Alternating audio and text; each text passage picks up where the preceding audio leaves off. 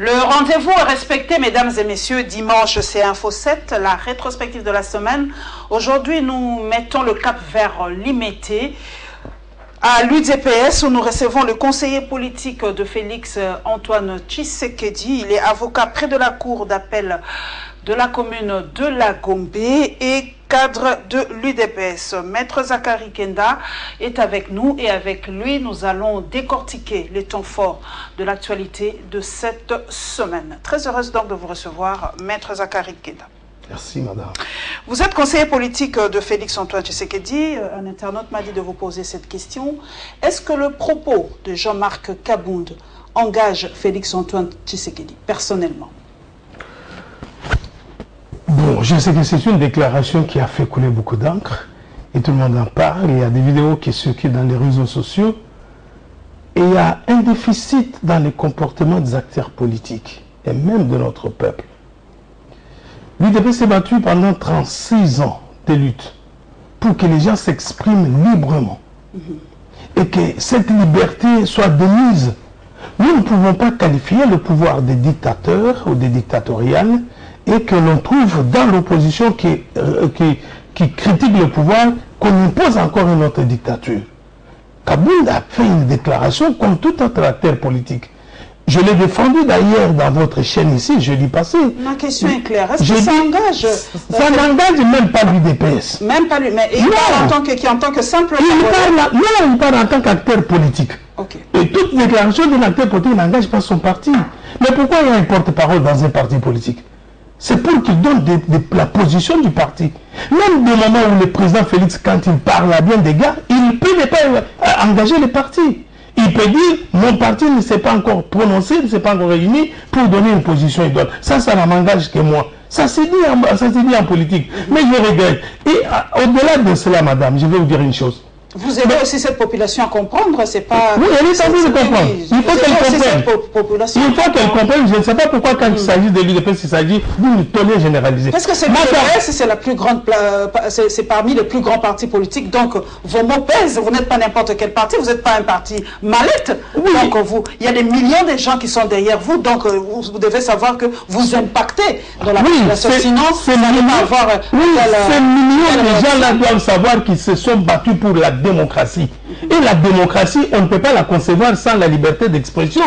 Qu'on ne peut pas mettre les gardes-fous autour de Kabounda ou les gardes-corps de Kabounda l'empêchant de s'exprimer. Il s'est exprimé comme les autres secrétaires généraux. Madame Eva Zaïba, pour ne pas les citer, il a déclaré que les opposants sont allés en prison pour voir Mbembe, pour séduire sa base. Mais c'est plus fort que ce que Kabounda dit. C'était plus fort. Il a deviné que la personne de Tshisekedi qui va en prison pour voir Mbemba et qu'il aille pour séduire la base de MLC. Elle a même ajouté que la sortie de Mbemba a créé la panique dans l'opposition. Il n'a pas eu d'étonné. Nous avons compris que c'est normal pour un artiste politique de sa trempe qui s'exprime librement. Donc, à cette allure, le candidat commun, c'est encore hypothétique, hein, parce que vous ne parvenez même pas à mettre de l'eau dans vos vins. Bon, nous, non, c'est faux, madame. Il ne faudrait pas que les gens confondent. Je suis en train de parler, nous nous sommes battus pendant 37 ans de lutte pour que les gens s'expriment. Et c'est ce qu'il avait dit, laissez le peuple s'exprimer. 32 ans, ils ont été mis coincés, ils ne s'étaient pas exprimés. Laissez-les parler. Il faisait allusion à une question qui a été posée qu'il avait injurié Mobutu. Il a dit, je n'ai pas injurié, je l'ai démystifié tout simplement. Donc il faudrait que les gens s'expriment, qu'ils vident leur sens. Et je n'ai jamais compris, je ne comprendrai pas qu'un militant du MLC puisse faire les as de Félix, mais vice-versa. Merci beaucoup. Nous prenons le tout premier thème, mesdames et messieurs. Nous parlons... le nom a déjà été cité de Jean-Pierre Bemba, hein, son invalidation à la CENI. Comme vous le savez, les dossiers sont déjà à la Cour constitutionnelle. La Cour est en train de débattre sur cela. Donc nous attendons encore le verdict de la Cour constitutionnelle. Et nous allons avoir aussi les réactions de Jacques Joly et de Georges Kapiamba, toujours par rapport à l'invalidation de Jean-Pierre Bemba et peut-être d'autres candidats aussi.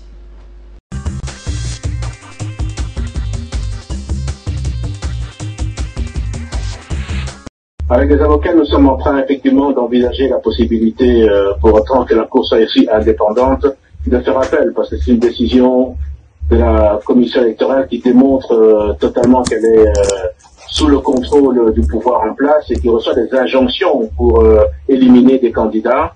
ce qui est vraiment inacceptable par rapport à une cour soi-disant indépendante. Mais effectivement, cette décision qui a été prise est une décision qui est inique, qui ne regarde même pas le droit par rapport à la loi électorale, mais simplement des considérations d'ordre politique. Mais c'est la démonstration totale que le peuple ne pourra pas avoir les dirigeants qu'il mérite et les dirigeants qu'ils ont choisis. Et simplement une parodie, je veux dire, de démocratie et d'élection, ce qui est vraiment la pire des choses que nous pourrions avoir encore dans notre pays, vu l'état actuel, je veux dire, la situation déjà tant politique, économique, sociale de notre pays. C'est une continuation simplement du régime qui est en place, qui voudrait se perpétuer, sans voir un peu les choses telles qu'elles vont se dérouler. Peut-être qu'il reste un petit peu d'espoir par rapport à ce que une cour constitutionnelle pourrait décider, au vu en tout cas, par rapport à tous les juristes éminents et crédibles qu'il y a dans ce pays, qui devraient constater qu'effectivement, cette affaire ne relève des décisions purement politiques et non pas juridiques. Je pense que la raison pour laquelle la commission électorale a été instrumentalisée, c'est parce qu'elle voyant très très bien qu'il était probable que je puisse être le candidat de l'opposition. Cela dit, voyons voir ce que la suite va nous réserver au niveau de la Cour constitutionnelle. Nous aurons certainement, si nous devons y aller, les certitudes quant à l'indépendance, je veux dire, de la justice dans notre pays. Mais de ne pas surtout perdre espoir et de savoir que je suis aussi déterminé que hier à pouvoir rétablir la justice dans ce pays, tant sociale, économique, sécuritaire. Ce que vit notre peuple est inacceptable. Il faut absolument qu'on ait un changement dans ce pays. On ne peut pas continuer comme ça. Invalidation de Jean-Pierre Bemba et Adolphe Muzito sur la liste provisoire des candidats à la présidentielle de décembre prochain. Une nouvelle qui choque les uns et chauffe les esprits des autres. La réaction du professeur Jacques Ndjoli est sans appel. Une instrumentalisation de la CENI qui commence déjà avec la candidature de Moïse Katumbi qui a été empêché de déposer sa candidature. Maintenant c'est Bemba et les autres. Nous connaissons l'objectif, c'est la monarchisation du pouvoir avec Edouard de Pakoti. Et comme ça confisquer le droit du peuple congolais à avoir une démocratie, un état de droit constitutionnel de qualité.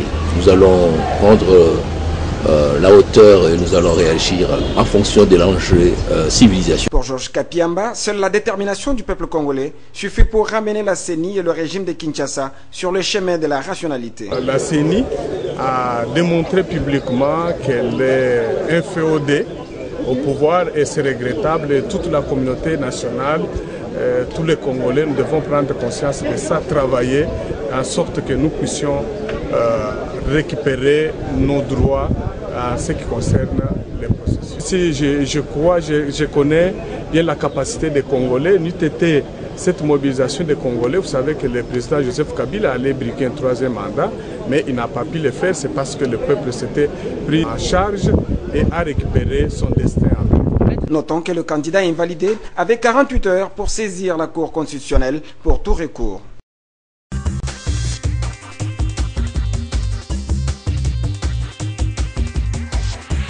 Maître Zakari Kenda, à l'UDPS, vous avez fait un ouf de soulagement quand Fachi n'a pas été invalidé. Nous ne savions pas que Fachi était invalidable. À aucun moment. On ne le savait pas qu'on pouvait l'invalider. Parce que le dossier a été peaufiné. Il y a des documents, il y a des pièces qui sont exigées par la loi électorale. Et toutes ces pièces ont été contenues dans les dossiers de Fachi. On ne veut pas s'imaginer, quand c'est réveillé le matin, qu'on n'invalide pas pour les beaux yeux. On n'invalide pas parce qu'il faut invalider. On invalide par rapport à la loi électorale, aux éléments qui manquent dans les dossiers. Est-ce que l'UDPS est solidaire aux candidats qui sont invalidés comme Jean-Pierre Bemba, Adolphe Muzito, il y a même Madame José Ifoku et tout ça. Est-ce que l'UDPS est solidaire? En d'autres termes, Madame, vous demandez si l'UDPS croit à sa lutte. La longue lutte de 38 ans, nous ne sommes pas battus pour venir parler seul. Sinon, on laisserait Mobutu diriger le pays, puisqu'il n'y avait que lui seul qui parlait, tout le monde acclamait. Nous l'avons combattu pour que les fils et les filles de ce pays puissent avoir la parole, puissent avoir droit à la parole, s'exprimer comme ils veulent, concourir au suffrage de notre pays. On l'appellerait élection pluraliste par rapport à quoi? Notre combat aurait servi à quoi si nous ne sommes pas solidaires et si nous ne souffrons pas avec ceux qui sont offerts aujourd'hui par le pouvoir comme des cobayes, qui sont des victimes expiatoires du pouvoir. Il y a encore comment je le dis, le représentant de l'UDPS à la CENI, il est encore là? Est-ce qu'il y a déjà eu changement de cette personne à la CENI? C'est ça la grande question, il n'y en a pas eu. Et tout le monde a eu à changer facilement leur délégué, sauf l'UDPS. On le lui refuse, on ne sait pas pour quel droit, on refuse à l'UDPS de changer son délégué. Vous partagez aussi le point de vue de Jacques Joly. Est-ce qu'aujourd'hui, nous allons petit à petit vers la monarchisation du pouvoir en République démocratique du Congo? C'est trop fort. Sinon, nous aurions pu rejoindre les cas de Kabila. Nous croyons fermement à toutes ces théories. Nous croyons que le peuple devrait se prendre en charge. L'expression vient de l'UDPS. C'est-à-dire que le peuple doit comprendre qu'il a son destin en main, c'est lui le détenteur du pouvoir, c'est lui le souverain primaire. Et il devait tout faire pour démocratiser les institutions. Madame, ce qui se passe dans ces pays, moi j'ai toujours dit que les mots ont perdu tous les sens possibles étymologiques. Et que dans ces pays, il n'y a plus de pideurs, il n'y a plus... on peut vous dire dictateur, vous riez, on peut vous dire voleur, détourneur de fonds. Ça ne choque pas dans ces pays. Tous les mots ont été banalisés et pris à la légère. Comment voulez-vous que la CENI, non seulement ces dossiers, il y en a des pires. Par exemple, quand vous allez parler de la machine à voter, qui ne sont pas contenus dans aucune loi, dans aucun programme de la CENI. Nous nous retrouvons le matin, nous réveillons, nous retrouvons le matin avec la CENI avec ses machines à voter, et fait cavalier seul. Et il n'entend même pas tous les sons, même ceux qui sont venus de l'autre côté de Actualité, c'était de dire, il y a encore des machines qui arrivent. Donc, oui, on a dit 70 000. Corneille Nangaa, il tient. Mais que va faire l'UDPS? Vous allez boycotter les élections s'il y a ces machines à voter? Parce qu'on s'achemine petit à petit. Décembre, c'est plus très loin. Quelle est la position de l'UDPS? Elle n'est pas encore dégagée, madame. Voilà ce niveau où je peux faire ma déclaration personnelle. Qui n'engage pas l'UDPS. Comme Kobound l'a fait. Vous commencez à fouiller. Non, je ne fuis pas. Les partis, nous avons veillé dans la chose. Le parti s'est réuni. Le parti a des organes. Ces organes se réunissent, prennent une décision et lèvent une option. Cette option, on l'offre au porte-parole. Qui peut parler au nom de l'UDPS alors? C'est le porte-parole ou Félix Tshisekedi? Non, les organes du parti. Il y a des organes du parti qui vont se rencontrer et qui vont décider, qui vont couler cela à une déclaration politique remise au porte-parole qui va le donner à la face du monde. C'est comme ça ça se passe dans des partis civilisés, tels que Étienne Tshisekedi nous a enseigné. Mais ça ne veut pas dire que quand moi je réveille comme M. Zakari, qu'on peut poser la question, si ça dépendait de moi, qu'est-ce qu'on peut... Est-ce qu'il faut aller aux élections avec ces machines? Alors, quel est votre avis, maître? À mon avis personnel. On doit boycotter, puisque maintenant, cette option commence à se lever. Est-ce qu'on doit boycotter les élections? À mon avis personnel, nous ne devons pas boycotter, mais plutôt nous devons nous battre sérieusement. Puisque en politique, c'est le rapport de force qui compte. Et le rapport de force, jamais quelqu'un a gagné le peuple, et le peuple gagne toujours. Donc, tant que le peuple debout est conscient de son destin, nous allons renverser, nous allons enlever. Sinon, quelqu'un l'a dit tout à l'heure, que nous serions déjà dans les référendums, dans le troisième mandat de Kabila, nous étions la vigilance de notre peuple. Et ce peuple vit encore, existe encore. J'étais à l'hôtel Béatrice lors de la présentation du programme de M. Punga, on va en parler tout à l'heure, mais il a fait allusion à cette machine. Il a dit que l'opposition ne veut pas l'écouter parce que lui, il est expert en informatique. Il a dit qu'on peut améliorer cette machine. Mais vous ne dites pas pratiquement à cette population qu'est-ce qui va se passer avec cette machine. Vous êtes en train de flouer la population. La machine n'est pas si mauvaise que ça, mais on peut l'améliorer. Est-ce que vous vous êtes approché de M. Punga pour savoir un peu comment est-ce qu'on peut améliorer cette machine? Il a été assez dur par rapport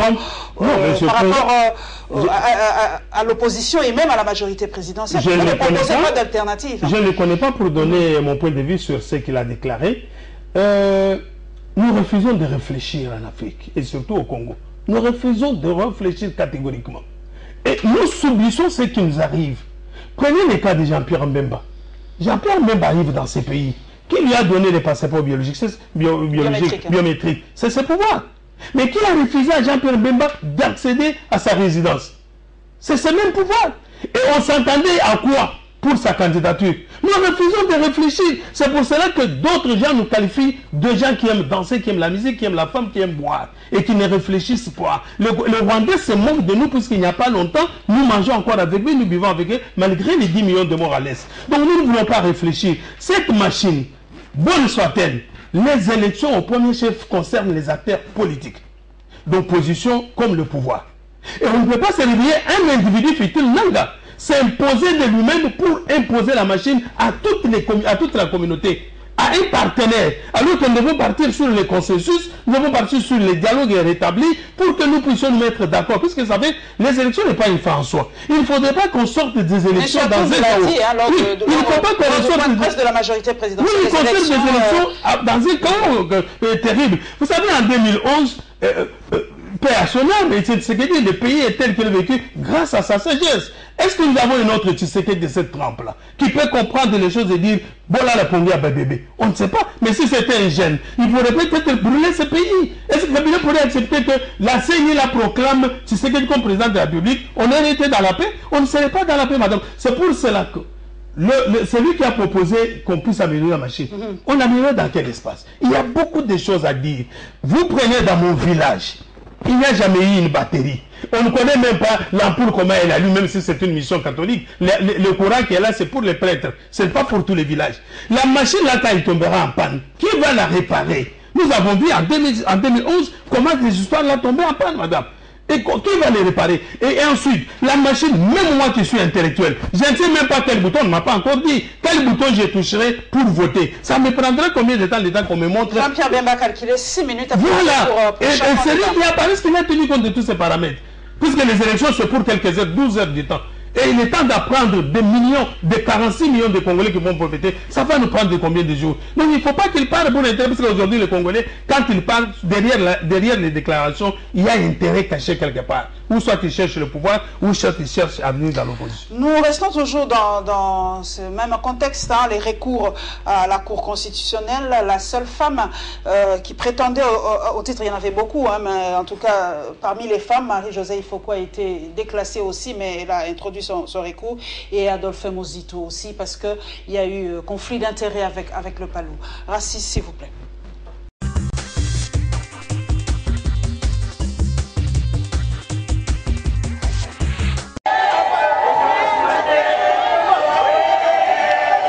Accompagnée d'une soixantaine de femmes ainsi que de ses avocats, Marie-Josée Ifoko arrive à la Cour constitutionnelle. Objectif, y déposer son recours à l'annulation de l'irrecevabilité de sa candidature par la CENI. Pour cause des nationalités étrangères, l'ex-gouverneur de la Tchouapani tout en bloc et accuse plutôt la CENI d'avoir commis une erreur. Reconnaît ma nationalité congolaise, son erreur est où? J'avais perdu ma nationalité congolaise au départ, je suis née congolaise de père et de mère. Et à une certaine époque, je suis devenue canadienne. Il y a quelques années, j'ai renoncé à cette nationalité et j'ai recouvré ma nationalité congolaise d'origine. Où se trouve l'erreur de la CENI? La CENI dit qu'elle n'a pas pu retenir ma candidature à cause de défaut de nationalité d'origine. Ils ont dit que lorsque j'ai recouvré ma nationalité, j'ai recouvré ma nationalité d'origine en lieu et place de ma nationalité. J'ai recouvré ma nationalité d'acquisition en lieu et place de la nationalité d'origine. Et c'est là tout le problème. Alors je voudrais juste expliquer à mes électeurs, à tous les Congolais, cette disposition n'existe pas dans la loi. Lorsque on est né congolais, comme moi, dans ce cas d'espèce, je suis né de père et de mère congolaise, j'ai perdu la nationalité, j'ai renoncé à cette nationalité que j'avais acquise, la canadienne, j'ai recouvré aujourd'hui ma nationalité congolaise. La présidente du parti de l'Alliance des élites pour un nouveau Congo espère voir la Cour constitutionnelle la rétablir dans ses droits.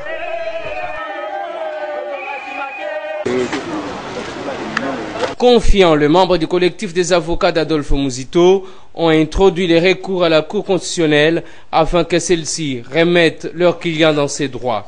À en croire Maître Steve Kavwata, l'ancien Premier ministre espère que la Haute Cour dira les droits en corrigeant les erreurs commises par la Commission électorale nationale indépendante. Bien, nous attendons que la Cour constitutionnelle démontre qu'on est véritablement dans un état de droit et que toutes les erreurs et fautes qui ont été commises au niveau de la CENI puissent être corrigées au niveau de la Cour constitutionnelle. Vous êtes confiant? On est confiant, nous pensons que la Cour constitutionnelle mérite le respect. On ne peut pas parler de ce qui est impossible. Le dossier est clair et simple.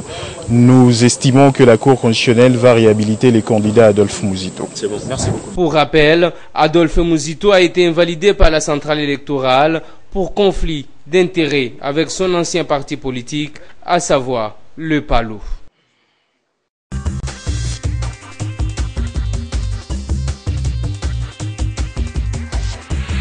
Maître Zachary Kendala, je vous prends comme juriste, hein, avocat près de la Cour d'appel. Nous revenons à cette notion de nationalité, d'acquisition et d'origine. Vous avez suivi l'explication de Marie-Josée Ifoku. Nous voulons encore que vous nous expliquiez encore c'est quoi nationalité d'acquisition, d'origine. Est-ce que la CENI a raison de refuser la candidature de Marie-Josée Ifoku par rapport à cette histoire de nationalité, d'origine, d'acquisition et tout ça? Je suis né de père congolais et d'une mère congolaise. J'ai ma nationalité congolaise d'origine. Je n'appartiens à aucune autre nationalité. Il a peur que j'arrive au Congo-Brazzaville et que je suscite la nationalité. Là, ça va s'appeler la nationalité par acquisition. Qui a deux modes. Il y a la grande naturalisation et la petite. Bon, lorsque vous introduisez une demande, le temps qu'on va... Ça dépend d'un pays à un autre. Ici, chez nous, la grande naturalisation, c'est 5 ans ou 10 ans, je crois. Lorsque vous introduisez votre demande, et qu'elle est étudiée par les autorités habilitées et qu'on vous donne cette nationalité, vous avez acquis la nationalité. C'est ça la nationalité d'acquisition. Mais revenons chez nous pour réduire les champs. Vous avez joué Marie-Josée Ifoku. Oui. Il est né congolaise, elle a la nationalité d'origine.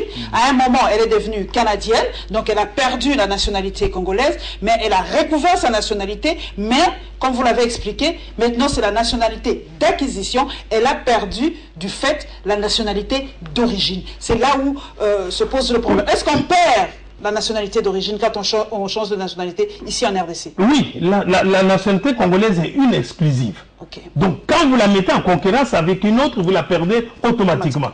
Mais quand vous revenez et vous venez la requérir et vous redevenez congolais d'origine, donc vous avez votre nationalité. C'est là où se trouve le là, vous devenez congolais d'origine. Dans les limites de 1960. Vous devenez un Congolais d'origine. Maintenant, ici, il faudrait que je réponde comme avocat, vous l'avez dit. Je peux mieux répondre que si j'ai peaufiné les pièces qui sont contenues dans le dossier. Je ne peux pas m'hasarder à donner un point de vue pour un dossier que je n'ai pas vu. D'une façon générale. D'une façon, c'est ça que je viens de dire. D'une façon générale. Mettons, expliquons pratiquement. Ne prenons peut-être pas le cas de José. Prenons par exemple Kimuntu est née congolaise d'origine.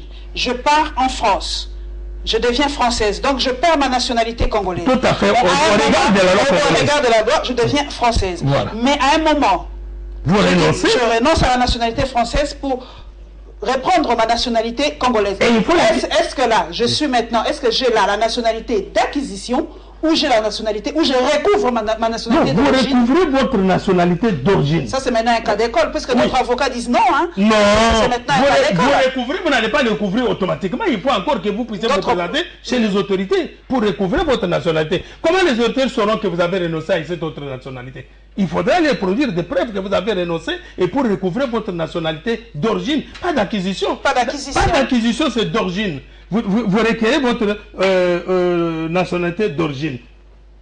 Maintenant, pour le cas du président Mouzito, madame, j'ai vu le contentieux de 2011, quelqu'un qui est nommé, on l'appelle président d'un parti politique. Mais quand vous prenez les dossiers à l'intérieur, il n'y a même pas un acte qu'il a consacré président d'un parti politique. De notoriété, tous vous savez qu'il est président d'un tel parti. Mais alors quand on va devant la loi, devant le contentieux, on ne trouve même pas un document qui atteste que tel organe de son parti l'avait désigné comme président de parti politique. Et il peut bêtement imposer comme ça. Et j'ai connu beaucoup de dossiers comme ça dans le cas de recevabilité. Donc c'est un peu prématuré que les gens disent ça, c'est le travail des journalistes que vous êtes. Ça c'est le cas de Mouzito par exemple. Je n'ai pas regardé dans son dossier. Okay. C'est facile. J'ai vu les gens au contentieux 2011 qui chantaient qu'ils vont réussir. Mais pour un petit point, puisque le droit congolais c'est un droit formaliste. Dès qu'on vous trouve seulement avec une petite erreur sur la forme, madame, vous perdez tous les droits possibles. Vous les perdez. Je l'ai vécu moi-même en 2011, donc je ne peux pas m'hasarder à avancer un point de vue quelconque tant que je n'ai pas vu les dossiers qui composent, les pièces qui composent ces dossiers-là. Je l'ai vécu. Vous êtes le conseiller politique de Félix Tshisekedi. Nous avons ouï dire par nos investigations qu'il y aurait un groupe de gens qui ont porté pas plainte, mais donné aussi quelque chose contre Félix Tshisekedi. C'est par rapport à son invalidation. Ils veulent que la Cour constitutionnelle invalide Tshisekedi, c'est par rapport à son niveau d'études, par rapport à ses diplômes. Je voudrais avoir la vérité chez vous. Est-ce que quelqu'un peut dénoncer un candidat si ce n'est pas son parti ou un individu? Est-ce que quelqu'un est libre d'aller dénoncer et dire je ne veux pas ou je veux que la Cour invalide Félix Tshisekedi? D'emblée de jure, il n'y a même pas quelqu'un qui tente à faire cet exercice. Donc il n'y a pas. C'est de l'intox. C'est de l'intox. C'est de l'intox tout simplement. On vit vraiment dans une période. On est allé même plus loin. On est allé même plus loin pour brandir un diplôme. Un diplôme que Félix ne connaît pas, qui n'est pas contenu. Ce fameux Sénégalais n'existe pas. J'ai dit que les diplômes qui passent sur le réseau n'est même pas contenu dans le dossier de Félix. C'est là votre rôle d'aller faire les enquêtes. Félix n'a pas produit les diplômes dans son dossier. Mais vous verrez que sur les réseaux sociaux, c'est la bonne guerre. C'est de la bonne guerre. Et les gens ont peur, on ne sait pas qui, mais c'est de l'intox pour rien. Félix n'a pas un problème avec son dossier. Madame, vous pouvez deviner que la CNI, le régime de Kabila, trouvait ne fût-ce qu'une tâche dans le dossier de Félix et le laisser passer? Vous pensez normal? Je vais vous donner l'exemple. Il y a peu où ce régime voulait que Félix soit le premier ministre.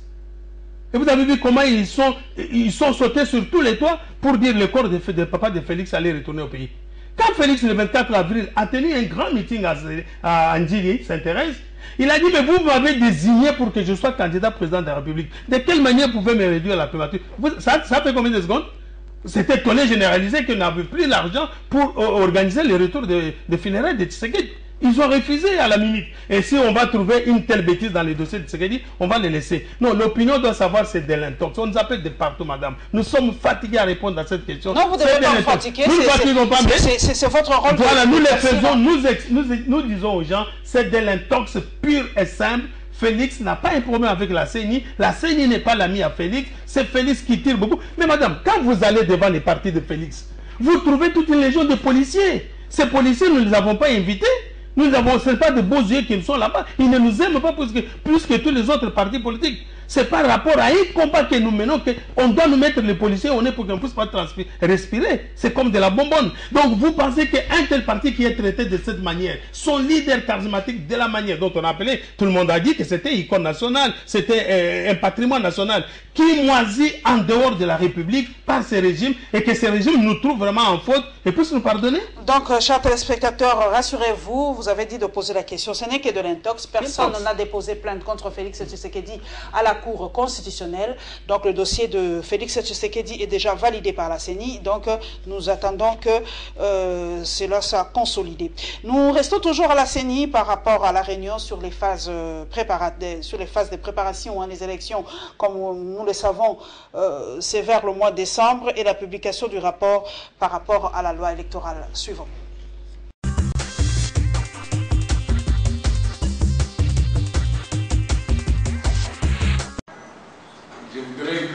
C'est depuis le mois d'avril que 1200 machines à voter sont arrivées à Kinshasa dans le cadre de la sensibilisation électorale et aucune machine n'est tombée en panne, a fait savoir le numéro 2 de l'institution d'appui à la démocratie. Des fois, ça fait débat. Quand les machines tomberont en panne,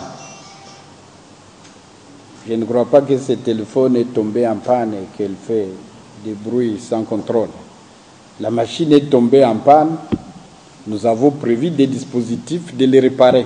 Mais ça fait 4 mois, il n'y a aucune machine qui est tombée en panne. Alors que les élections vont se tenir pendant combien d'heures? 11 heures. Donc, les essais dont on parlait ont été très concluants. Pour la CENI, si l'opposition congolaise et la communauté internationale s'opposent toujours à l'usage de cette imprimante instantanée de bulletins de vote, il n'y aura donc pas élection cette année. Ces machines connaissent des intoxications dues à la peur des élections. La peur dans tous les cas des acteurs politiques, comme en 2006, où l'on voyait déjà la photo de certains acteurs politiques, comme Joseph Kabila dans les kits biométriques. Un chef d'un parti politique qui a dit non à la machine à voter, allez dire maintenant je suis d'accord, vite à la machine à voter. Habituez-vous à ces doubles langages, non? Ce qui est important, c'est qu'ils sont des candidats, pas comme en 2006. Il faudra envisager juillet 2019 pour l'organisation des élections, a-t-il conclu. Poste-nom, prénom. Après Après la publication des listes provisoires des candidats présidents et députés nationaux, 48 heures seulement auront suffi à la CENI pour se concentrer sur l'avenir. Ici en image, Corneille Nangaa et son équipe tiennent mordicus au respect du calendrier électoral. Concernant les recours des candidats, le président de la CENI a recommandé à ses collaborateurs d'accorder une attention soutenue au travail de la Cour constitutionnelle. La même attention devra être mise pour l'impression et l'affichage dans les antennes des listes provisoires des électeurs. La même attitude concerne aussi l'identification et le repérage des membres des bureaux des votes et des dépouillements. L'avancement des activités opérationnelles qui s'effectuent en parallèle avec les opérations des réceptions et traitements des candidatures sera également examiné. Actuellement, la CENI a plusieurs défis à relever.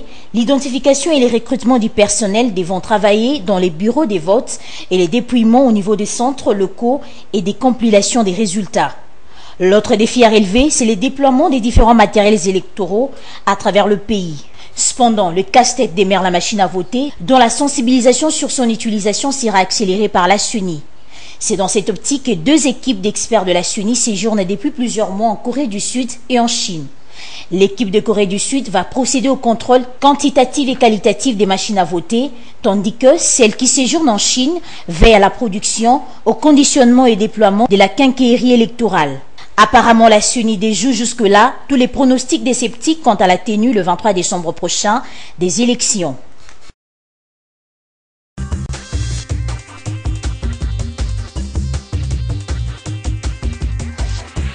Maître Zachary Kenda, j'allais dire Zachary Bababassé, on est tellement habitué avec Zachary, qui est invalidé d'ailleurs, mais qui a dit qu'il n'était pas candidat non plus, qu'il n'avait pas postulé. Maître Zachary Kenda, on dit souvent que l'opposition congolaise ne prépare pas les élections, mais prépare déjà la contestation. Est-ce que l'UDPS peut nous garantir aujourd'hui qu'il a déjà des témoins ou qu'il a les moyens de déployer les témoins dans tous les bureaux de vote de la République démocratique du Congo? Madame, vous pouvez me dire, le candidat du pouvoir a déposé sa candidature quand? Avant ou après les candidats de l'opposition? Il y a des mots qui sont devenus dans ces pays comme une pyramide qu'on ne peut pas renverser. Il y a des choses que j'entends, l'opposition ne veut pas des élections. Mais j'ai toujours dit, mais si l'opposition ne veut pas des élections, si l'opposition n'est pas prête pour l'opposition, organisez-les et gagnez-les, on le met. Parce que nous ne voulons pas des élections, organisez-les, gagnez-les, mais ils ne pas organiser depuis 2 ans aujourd'hui. Nous avons été les premiers à aller déposer nos candidatures. Là, c'est vrai. Le pouvoir est venu après. Est-ce que vous êtes capable de déployer les témoins? Mais ça, c'est une organisation interne, madame. Non, mais les témoins, c'est une organisation interne. Cette population que vous êtes capable de déployer les témoins dans tous les bureaux de vote de la République? Ce ne sont pas les premières élections. Okay. Nous l'avons déjà fait. Et nous le ferons encore davantage. Mais les préalables de l'UDPS demain. Ce qui n'est pas cette machine à voter. Ce qui n'est pas cette machine à voter. Et les fichiers corrompus. Vous avez suivi ce monsieur de la CENI, maître Zachary Kenda. Il a dit la machine n'est pas tombée en panne, ça fait 4 mois déjà. Vous lui prêtez des intentions. D'ailleurs, les élections, ce n'est que pendant une journée. Donc, vous mystifiez un peu trop cette machine, qui n'est simplement qu'une imprimante. C'est lui qui pose le problème et c'est lui qui le résout. Il dit la machine est tombée en panne quelques minutes après. Mais comment saurez-vous que mon téléphone est en panne? Si je vous en parle, ça m'appartient à moi. Quel est le peuple qui gère la machine pour dire que la machine n'est jamais tombée en panne? Et quand vous l'entendez même parler, vous ne sentez même pas moindre humilité. Vous ne sentez même pas quelqu'un qui a du respect envers le peuple congolais. Il est très arrogant, très engagé. Quand vous sentez seulement de la façon dont il s'exprime, vous sentez qu'il est engagé, il est prêt à affronter tout le monde. Mais ils oublient, madame, qu'ils sont 3e CENI. Il y a eu d'abord la CI et la CENI 1, la CENI l'élève. Et ils ne savent pas, c'est ça le défaut des Congolais. Ils ne savent pas tirer des conséquences des leçons. Ils ne savent pas ce qui est arrivé à Malmal ou ce qui est arrivé à Ngoïmoulunda. Aujourd'hui, il est même invalidé par l'air CENI. Pourquoi ils ne raisonnent pas? Vous pensez que nous sommes de fous? Aiment-ils plus le Congo que nous? Quand nous disons que nous ne voulons pas ces machines, ils ne vont pas se retrouver là-bas. Vous venez d'entendre le procès Ndjoli. Mais Ndjoli a été à la CENI. Qu'avait-il fait pour ranger pour que plus jamais que cela ne se répète? Que celui qui gagne les élections les gagne et soit proclamé. Madame, nous sommes toujours rattrapés par l'histoire, nous les Congolais. On ne dit pas c'est quel malchance. Est-ce que puisque nous avons dansé pour Mobutu pendant 32 ans, on ne sait pas comprendre pourquoi? Est-ce que puisque nous sommes trop riches en Afrique, que ces malheurs nous viennent de Dieu? Je ne sais pas, madame. Regardez qu'un agent, ce n'est qu'un simple agent qu'on peut relever aujourd'hui ou demain. Mais il oublie, il fait passer l'intérêt d'un individu au-dessus de l'intérêt de la République. Vous êtes sûr qu'aujourd'hui la CENI est vraiment inféodée ou est au service de la majorité présidentielle ou des FCC? être sûr, c'est avoir les arguments pour les prouver. Mais quand je parle des faits qu'il pose, de la manière qu'il se comporte, je ne suis pas loin de tirer cette conclusion. Comment toute la classe se refuse? Vous savez, les élections ne sont pas pour le président Nanga. Je l'ai dit ici, Nanga c'est un Congolais comme tous les autres Congolais qui ont peur de la mort, qui refusent de marcher. Il peut refuser de mourir. Moi, je lui ai encore suggéré de prendre son avion, d'aller en exil, s'il aime ce pays ici. Mais vous pouvez considérer que ce monsieur Nanga puisse prendre de lui-même l'initiative de créer des machines et de vouloir les imposer au peuple congolais. Vous trouvez ça normal? Et ce n'est pas loin de tirer cette conclusion qu'il a introduite. Sous d'autres cieux, on a déjà utilisé ces machines à voter. Sous d'autres cieux. Mais le pays qui a... la Corée du Sud qui a préparé la machine, qui a inventé la machine, l'a dit, nous ne l'avons jamais expérimenté. Il y a eu, toute la communauté internationale a refusé. Nanga le suit, tout le monde le suit. Mais pourquoi nous sommes... Je disais tout à l'heure pourquoi le Congolais refuse de réfléchir. Il y a eu une audio qui a été mis à la place publique, dont on a dit que Chadari, qui avait lancé dans une réunion hautement secrète de la majorité, où les gens de PPRD, les cadres de PPRD disaient, heureusement que Nang va nous aider avec la machine, nous n'avons pas un bilan à défendre au peuple. Cet audio-là, tout le monde l'a suivi. Nous l'avons suivi dans tous les médias. Et nous l'avons oublié. Pourquoi cette scène mordicus a imposé la machine que tout le monde refuse? Parce que les élections ne concernent pas Nanga. Les élections nous concernent nous, les acteurs, les consommateurs. Au premier titre des élections, ce sont les acteurs politiques.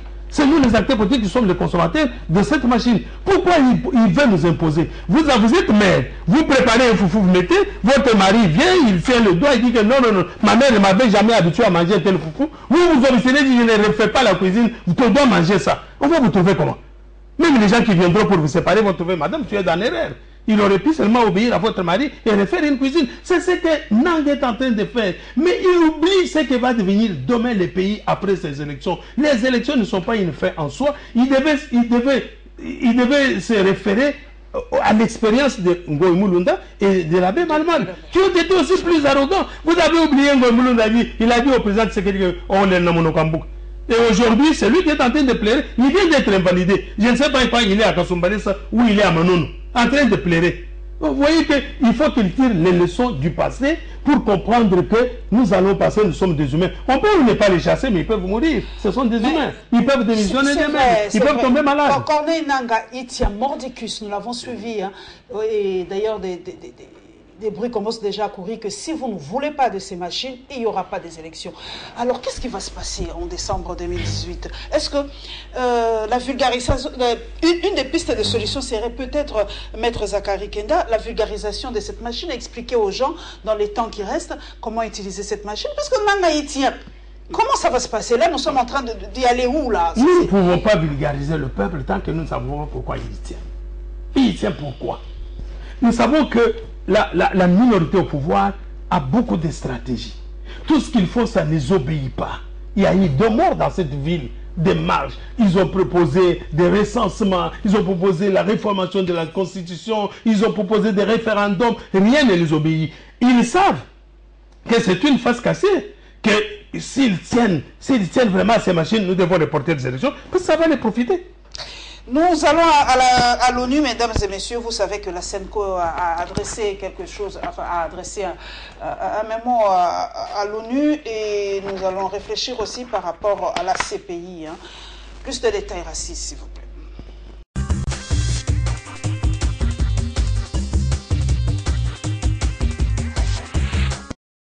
C'est le 17 septembre prochain que la Chambre de première instance de la Cour pénale internationale rendra sa décision sur le peine à l'encontre de Jean-Pierre Bemba Gombo, Aimé Kilolo et Jean-Jacques Mangenda Kabongo, tous reconnus coupables de plusieurs atteintes à l'administration de la justice et entrés avec la subornation des témoins dans l'affaire Jean-Pierre Bemba Gombo devant la Cour pénale internationale.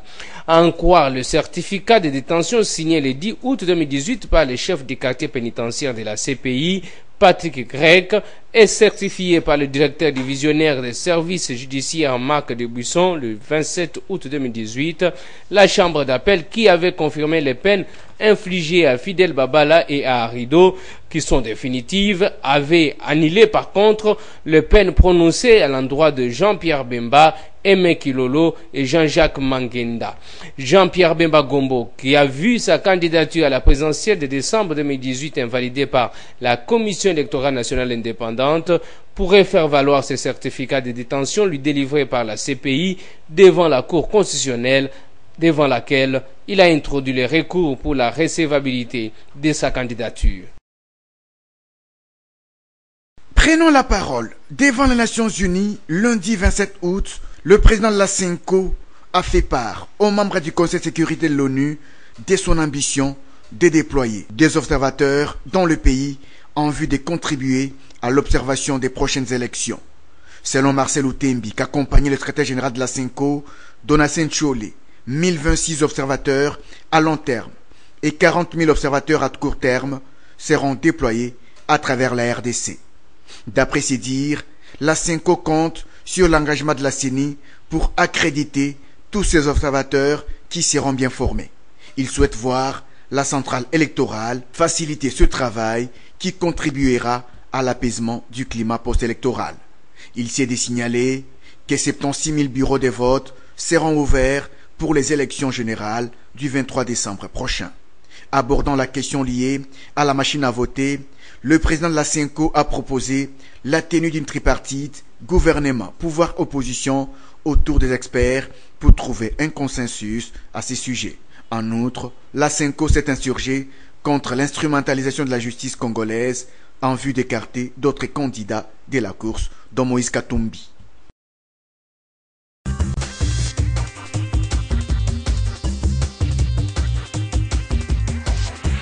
Maître Zachary Kenda, 1026 observateurs à moyen terme et 40 000 observateurs à court terme. La CENCO demande à la CENI d'appuyer cette démarche. Est-ce que vous êtes sûr que la CENI entendra cet appel de la CENCO pour qu'il n'y ait pas de tension après les élections? Comme il ne nous a pas écoutés sur aucune des demandes, je ne crois pas tellement qu'il va céder. Il ne va pas céder, madame. Les enjeux se trouvent dans la candidature de la minorité au pouvoir. Quand nous allons aux élections, les candidats de l'opposition iront faire promesse au peuple congolais.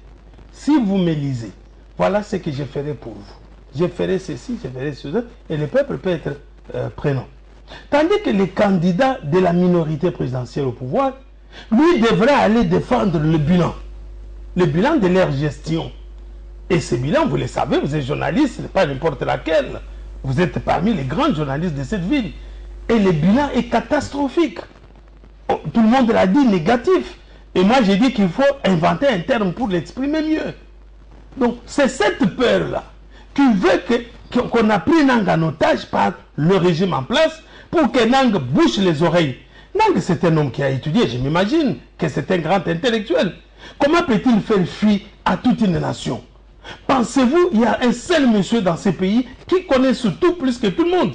Que les évêques aient tort, le conseil de l'université est tort, les licenciés de ce pays est tort, les gradués est tort, les expérimentés est tort, tout le monde, les femmes, les hommes, les enfants est tort, et que Nang Sen peut savoir la vérité, la raison? Non. Et partant de ces raisonnements, la CENI n'est pas prête à cautionner toute demande qui vient en dehors de la minorité présidentielle, qui a déjà tout planifié.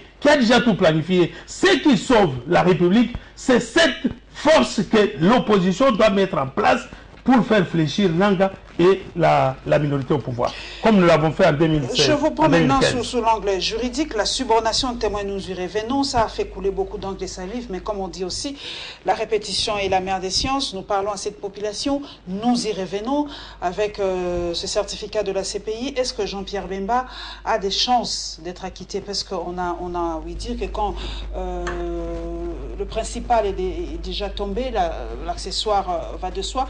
Est-ce que la CPI va acquitter ou va blanchir tout bonnement Jean-Pierre Bemba et que à la Cour constitutionnelle, cela va peser pour qu'on lève un peu son cas? Je serai quel avocat, madame, qui puisse entrer dans les secrets des délibérés du juge? Je serai quel genre d'avocat? Je ne saurais pas le dire à ce stade qui sera libéré ou qui ne sera pas libéré. Je ne saurais pas dire. Mais par rapport à je n'entrerai pas dans ces secrets. Dans ces secrets-là. Bon, revenons à la subornation de témoins. Est-ce que nous parlons en français facile, parce que beaucoup de gens, il y a toujours cette incompréhension. Est-ce que la subornation des témoins, maître Zachary Kenda, est-ce une forme de corruption, d'une façon générale? Bon, s'apparenter, j'ai entendu dans la salle, si c'est vrai, mais je n'ai pas entendu les avocats de Jean-Pierre Bemba revenir là-dessus. J'ai entendu les experts de la CENI dire ils ont évoqué $600, $800 et 1200, $1400.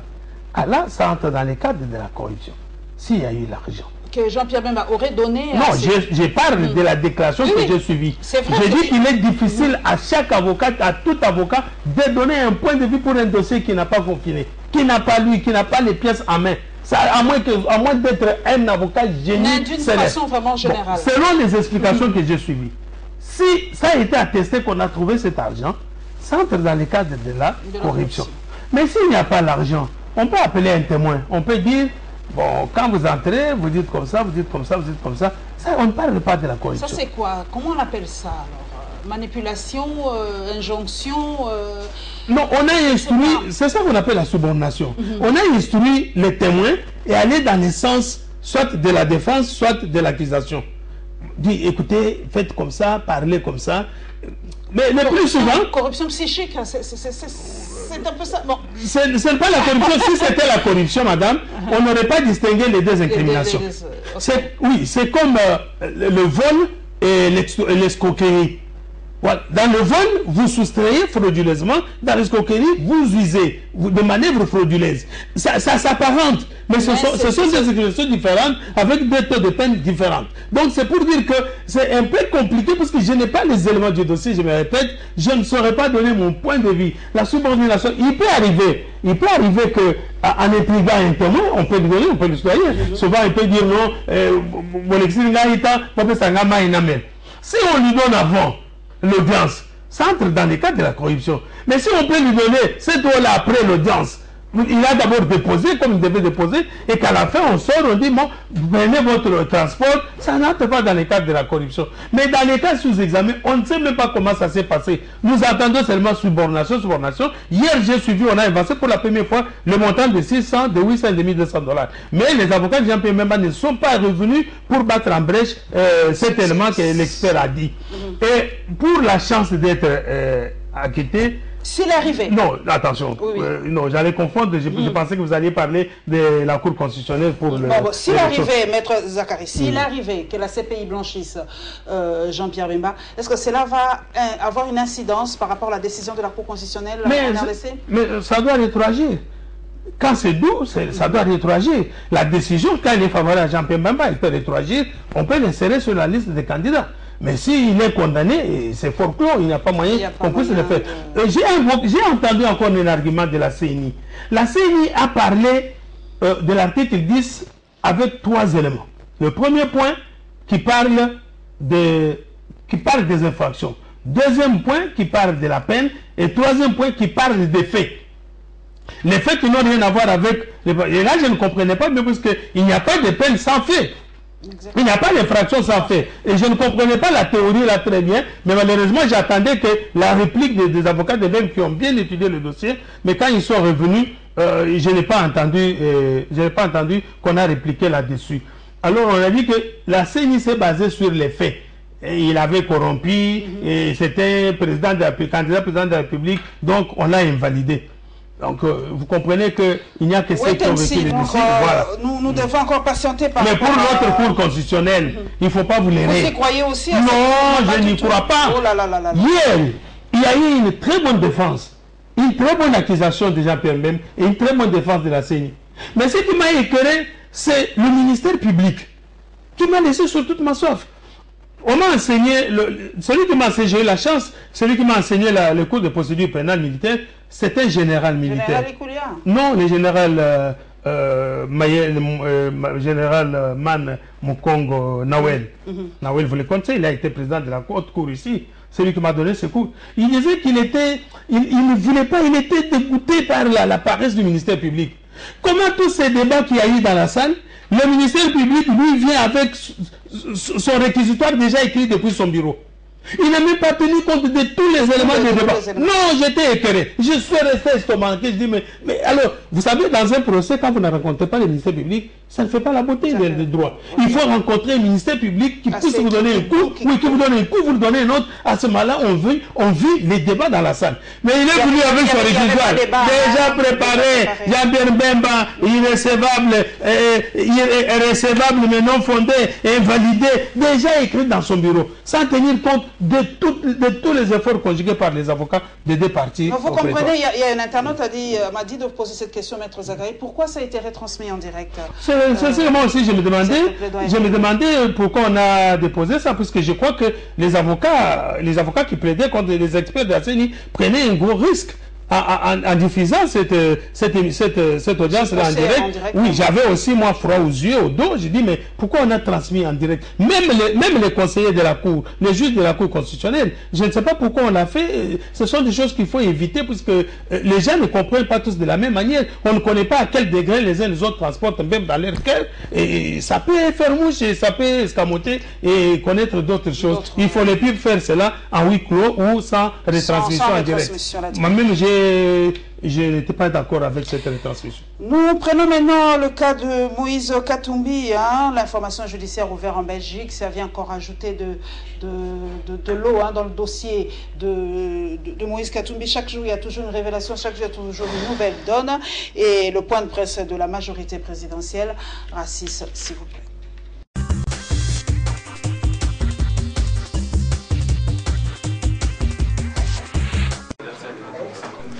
Après la publication de la liste des candidats retenus pour l'élection présidentielle du 23 décembre 2018, 9 de 25 candidats ont été retoqués. Certaines voix ont saisi cette occasion pour attribuer l'échec de tel ou tel autre candidat à un complot de la majorité présidentielle. André-Alain Atundu, porte-parole de cette plateforme, s'insurge contre cette attitude. Il estime que la CENI a observé strictement les lois du pays. La Constitution de la République démocratique du Congo accorde à la CENI le droit de procéder à la vérification de l'éligibilité des candidats, non de façon arbitraire ou discrétionnaire selon son bon vouloir, mais dans la stricte observance de conditions légales en âme et conscience. La même Constitution accorde aux candidats non retenus et recalés par la CENI le droit de recourir à la Cour constitutionnelle en contestation de la décision de la CENI en présentant des arguments de droit pour la défense de leur cause. Afin d'éviter les offres d'embrassement du pays, André-Alain Atundu a lancé cet appel à préserver la paix sociale et la sécurité des Congolais. La majorité présidentielle lance un appel patriotique et une exhortation nationaliste à tous les Congolais, sans distinction, de préserver jalousement ce que durant près de deux décennies, ils ont patiemment et laborieusement construit avec le président Kabila grâce à leur passion partagée pour le Congo, à savoir la paix sociale, la sécurité de notre territoire et l'espoir d'une vie meilleure grâce à la perspective de l'émergence économique en l'an 2030. Le porte-parole de la majorité présidentielle a enfin rappelé aux uns et aux autres le sens du serment national, à savoir la sauvegarde à tout prix de la souveraineté de notre peuple, de l'indépendance de notre pays et l'engagement de construire un pays plus beau qu'avant. Et le candidat du FCC, Emmanuel Ramazani Chadari, a été désigné pour poursuivre cette œuvre de liberté, a conclu André-Alain Atundu.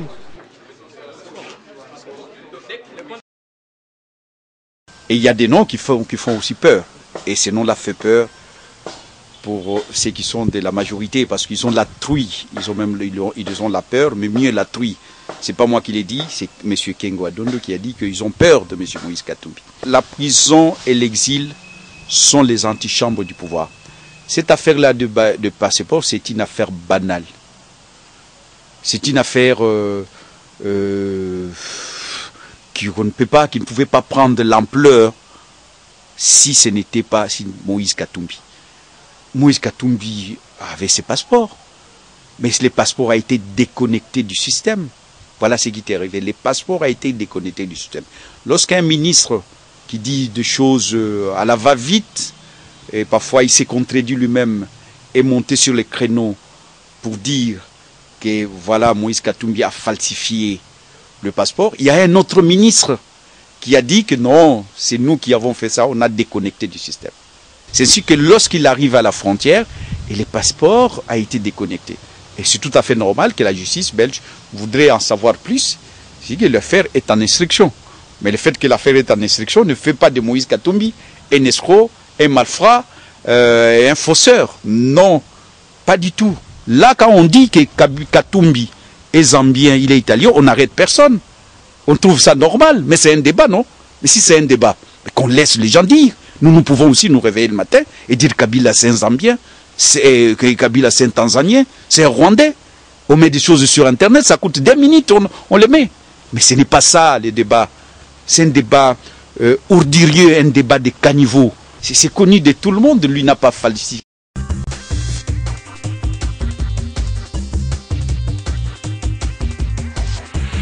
Maître Zakari Kenda, le cas Katumbi, aujourd'hui, c'est encore la Belgique qui met son grain de sable. La Belgique peut ouvrir cette information judiciaire par rapport à son passeport? Comme je l'ai dit, madame, je n'ai pas vu le passeport de Moïse Katumbi. Je ne peux pas me fonder sur les réseaux sociaux, sur les rumeurs. Moïse Katumbi... Ce n'est vraiment pas rumeur parce que c'était relais sur des sites officiels, hein, genre RTBF et tout ça. Donc c'est vraiment une information. Alors, s'il y a des ratures telles qu'on le précise, oui, la Belgique peut ouvrir des enquêtes. Il peut faire une réquisition d'informations pour s'enquérir comment le passeport a été falsifié. C'est une infraction. C'est une infraction de fouille à l'écriture. On peut ouvrir. Nous avons les mêmes droits que les Belges, que les Français. On peut ouvrir cette enquête contre Moïse. Voilà. Nous allons maintenant à la majorité présidentielle. Vous avez suivi André Alain Atundu. La CENI n'a fait que respecter les lois du pays. C'est vrai? La CENI n'a pas outrepassé ses prérogatives. Mais il n'y a que cette majorité qui applaudit tous les actes de la CENI. Et le reste de notre peuple n'ont que des yeux sur les yeux pour ne pas voir la CENI en face. Donc ça ne nous étonne pas. Nous avons évolué avec eux.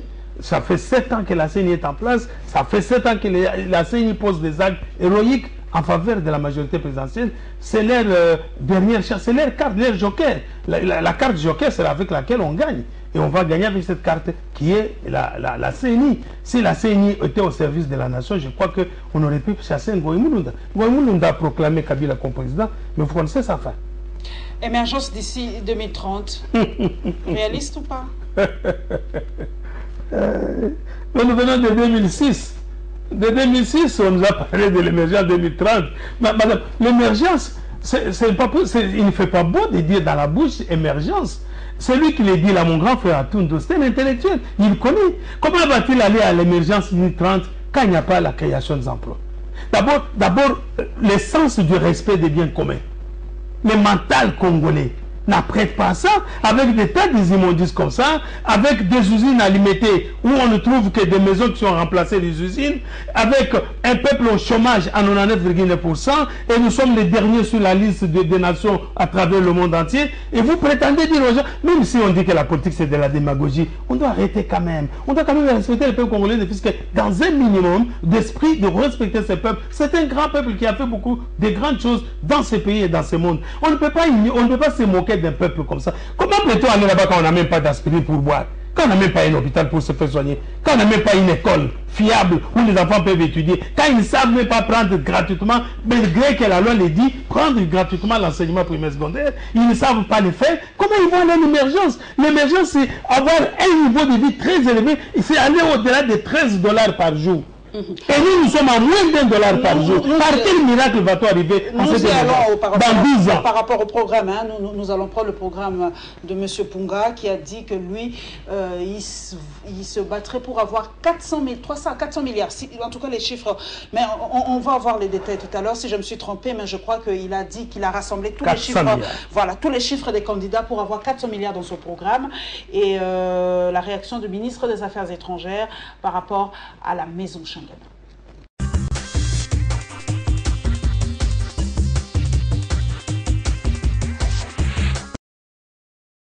La Convention de Vienne, il y a un principe important, je dirais même un principe directeur, qui veut que les règles de la réciprocité interviennent dans toute négociation.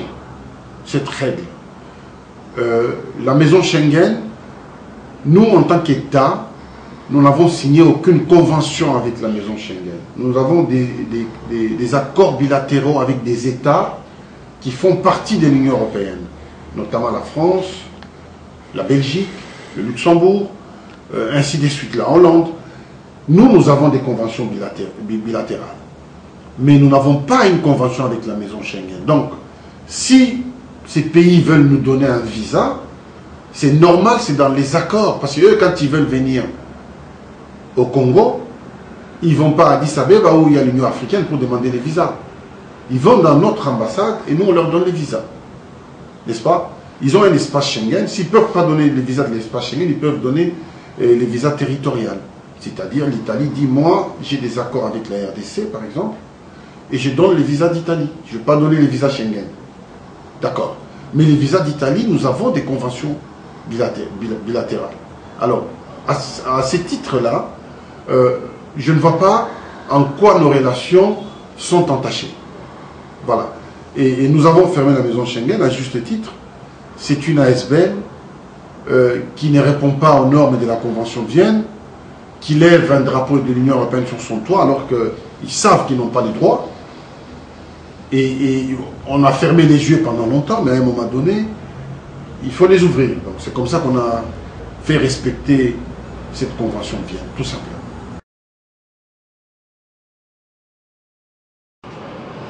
Après avoir soulevé les problèmes qui rongent la RDC dans différents domaines, Yves Mpunga a proposé des solutions dans un programme chiffré à 400 milliards de dollars américains pour 5 ans. Avec ce budget, Yves Mpunga promet de résoudre les problèmes des salaires des fonctionnaires de l'État et de créer des emplois et mettre fin à la pauvreté.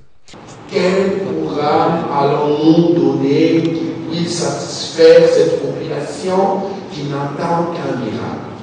Il n'y a pas de miracle.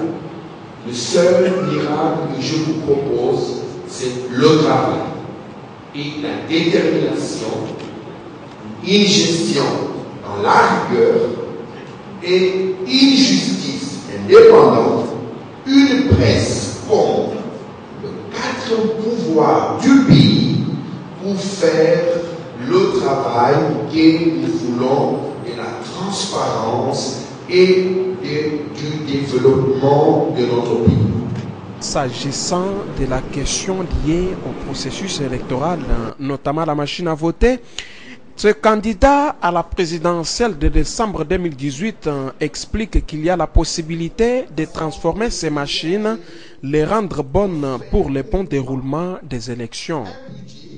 Président du parti Lutte pour un Congo moderne, LCM, Yves Mpunga est un économiste et expert en matière de nouvelles technologies de l'information et de la communication. Il est parmi les 19 candidats dont les dossiers ont été déclarés recevables par la centrale électorale.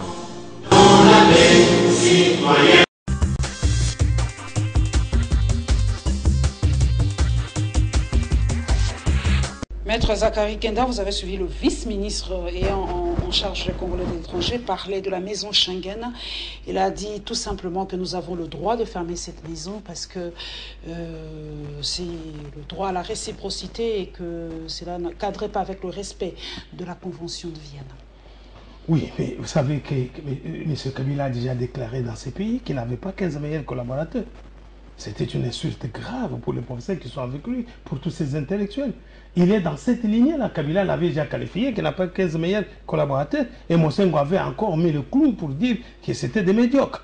Mais pendant toutes ces années que la maison Schengen a duré dans ces pays, ils ne savaient pas qu'il n'y avait pas les... Ils ont dit qu'ils ont fermé les yeux, mais trop c'est trop, ça s'arrête là. Alors, autant ils avaient fermé... le droit de mettre le drapeau de l'Union européenne et tout ça, parce que ce sont des relations bilatérales d'État à État et tout ça, donc voilà. Oui, autant ils avaient fermé les yeux, autant ils doivent fermer aussi leur bouche. Et c'est fini, ça passe au silence. Autant qu'ils ont fermé les yeux, ils doivent fermer leur bouche. Mon Dieu. Au lieu de parler. Parce qu'en parlant, ils tournent en bourrique le peuple et on les trouve médiocres, on les trouve qui ne sont pas meilleurs. Et c'est la déteinte sur la population. Donc et c'est là que Kabila a raison dans ce qu'il dit. Tous les Congolais sont idiots. Vraiment. Et si les Congolais ne voyagent pas? Il est sûr que les Congolais ne voyagent pas. Aujourd'hui, il n'y a pas de Congolais qui ont pris des avions qui sont arrivés en Belgique. Et comment obtenir le visa avec la fermeture de la maison Schengen? Maintenant, on s'adresse qu'aux ambassades. Oui, aux ambassades, il y a ceux qui traversent, tout ça, on se débrouille. Un Congolais, c'est un peuple débrouillard, il sait toujours inventer des choses. C'est une médiocrité, madame. C'est vraiment une médiocrité de dire non, il n'y avait pas de réciprocité. Est-ce que vous pouvez comprendre? Ils avaient fermé les yeux et ils disent qu'ils sont nationalistes. Est-ce que c'est facile de dire qu'ils avaient fermé les yeux là où il n'y a pas la réciprocité? Et c'est quelle diplomatie? C'est quelle relation? Vous avez suivi le programme de Yves Punga, 400 milliards de dollars. Il a ramassé tous vos montants là, de l'IDPS, de Sami Badibanga, qui encore avait déjà énoncé son programme. Il a dit 400 milliards, nous avons la possibilité d'atteindre ces 400 milliards. Maître Zakari, démagogie ou vraiment il est réaliste, il a dit que vous misez trop bas, le Congo mérite mieux. Vu la dimension de la République, vu tous les qualificatifs dont on dit qu'il est scandale géologique, c'est pas impossible. C'est pas impossible. C'est pas impossible d'atteindre 400 milliards de dollars. C'est pas impossible. Mais les Congolais trouvent impossible puisque nous sommes nés dans la pauvreté. Nous sommes nés dans la misère la plus abjecte que quand on cite des millions de dollars. Voilà pourquoi les gens sont derrière Kabila. Pour ramasser cet argent, puisqu'ils savent qu'en abandonnant, ils ne seront rien. Puisqu'ils n'ont pas créé les conditions de trouver de l'argent et que les enfants se rendent compte. Nous avons un pays totalement riche. De deux. Je suis l'UDPS qui s'est battu pour que les gens s'expriment. Au nom de cette liberté d'expression, je lui concède. C'est son opinion. Est-ce que le montant proposé par l'UDPS est plus réaliste? Vous avez proposé 100 milliards. Hein? Nous avons proposé 87 milliards, madame. C'est réaliste, les 87 milliards de l'UDPS? C'est réaliste? Nous sommes réalistes. J'étais en train de répondre. D'abord pour celui qui a parlé de 400 000. Pour des éléments, je lui donne totalement raison. Le pays est scandaleusement riche, ce n'est pas impossible. Et au nom de l'UDPS, qui a toujours prôné la liberté d'expression, je lui concède. Mais dans les faits, comment peut-on partir de la mentalité du peuple congolais aujourd'hui, qui ne croit pas qu'on peut manger 3 fois par jour? Puisqu'on ne peut pas parler du développement quand on ne parle pas du facteur mental. C'est le premier facteur dans la hiérarchisation des étapes à conquérir pour accéder au développement d'un pays.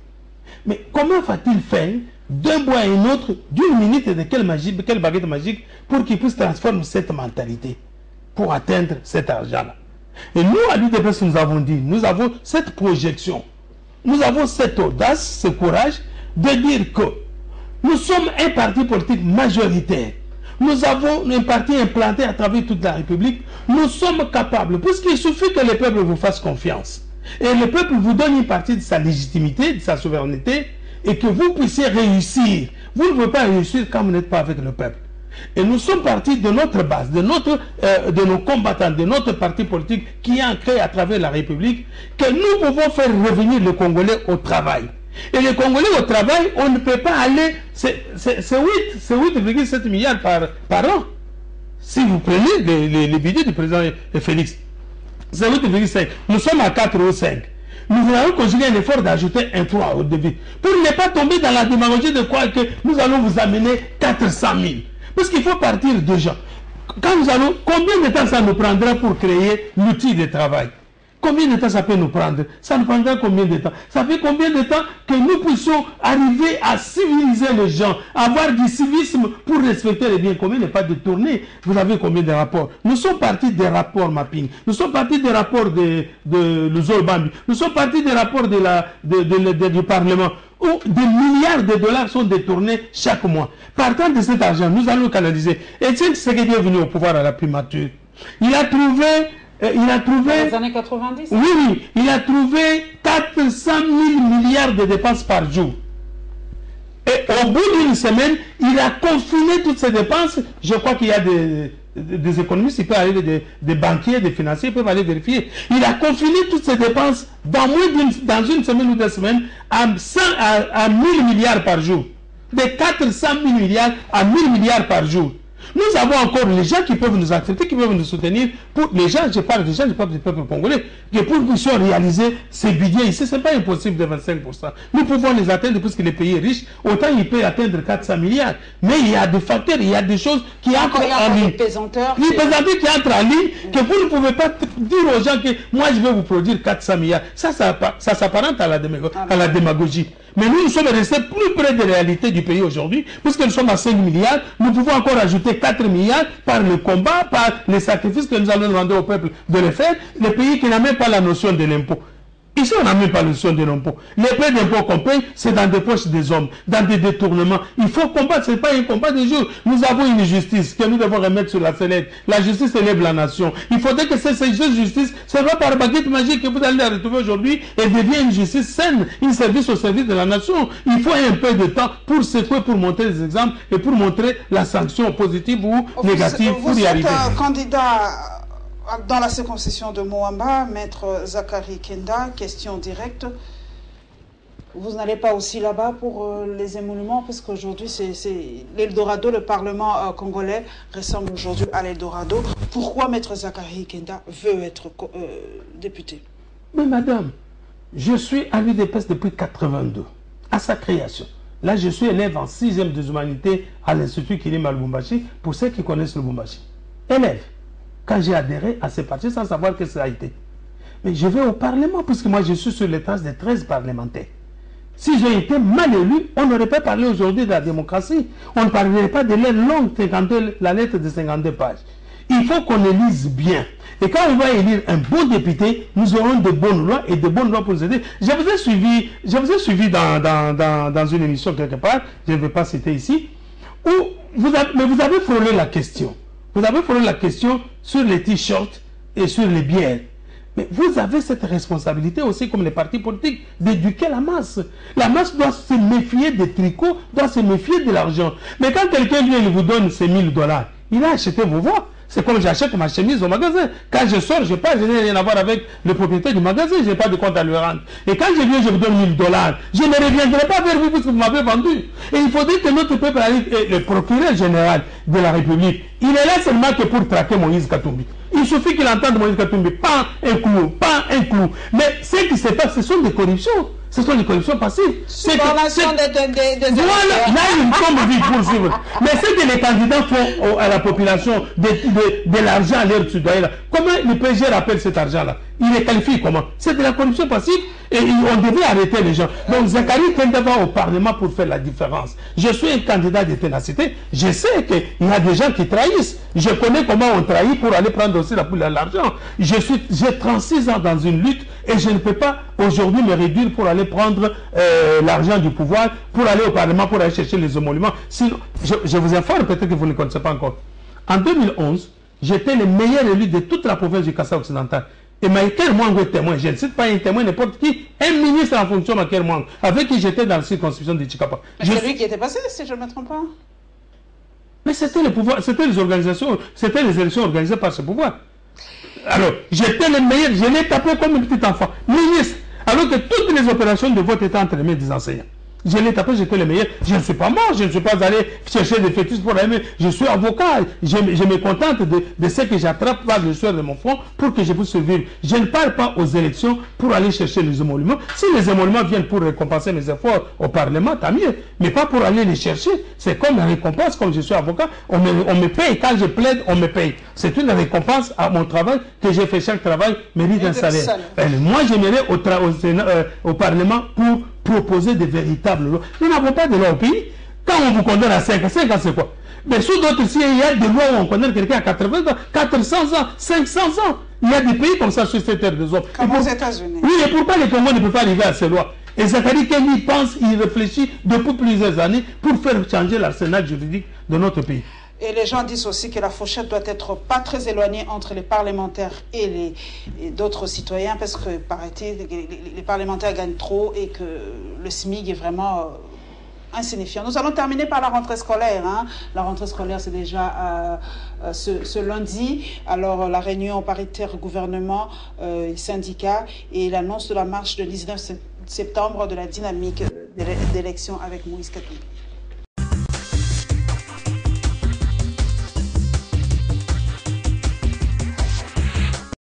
C'est une action voulue pacifique par la dynamique élection avec Moïse Katumbi en date du 19 septembre prochain. Il s'agit justement d'une réaction tout à fait normale, d'une réaction des revendications et d'une expression d'un droit constitutionnellement garanti. Le droit de réaliser une manifestation publique n'importe où dans la ville-province de Kinshasa.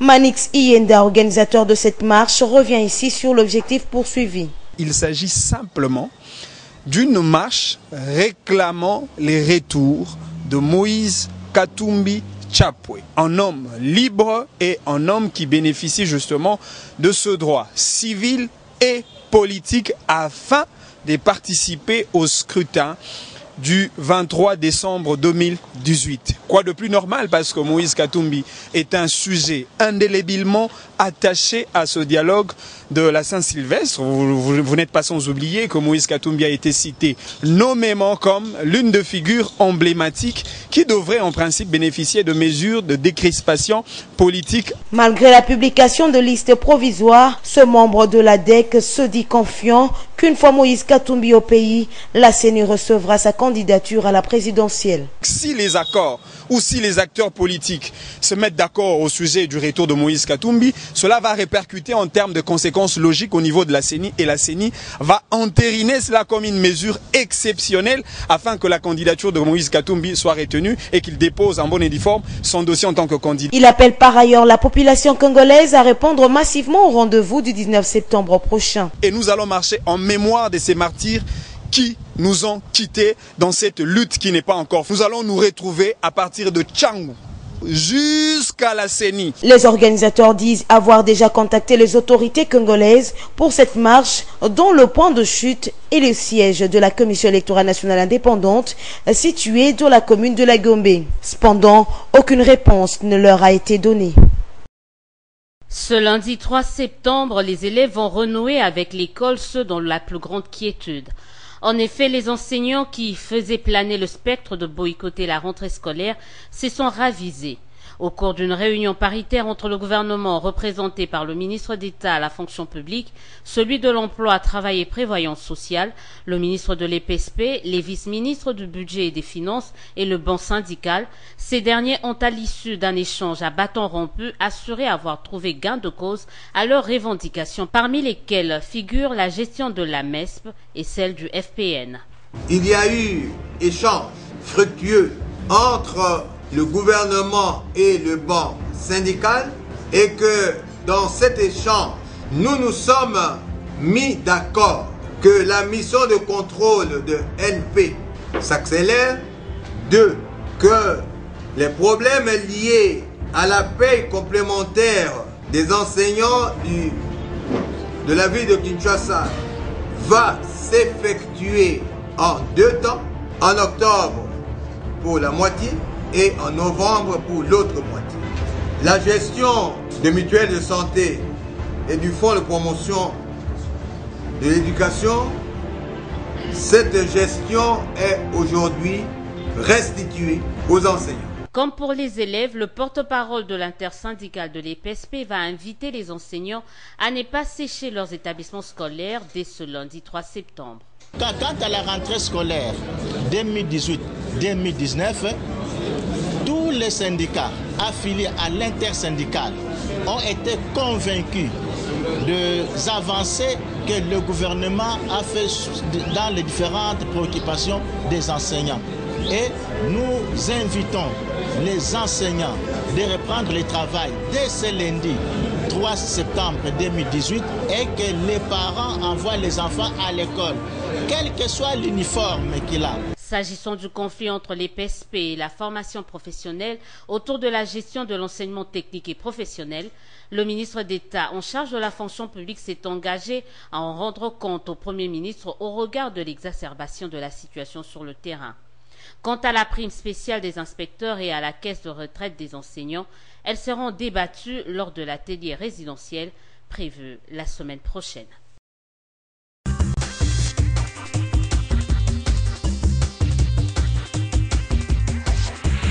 Nous sommes en train d'atterrir. Maître Zachary Kenda, votre réaction à chaud par rapport à ces deux éléments. La rentrée scolaire, c'est déjà demain.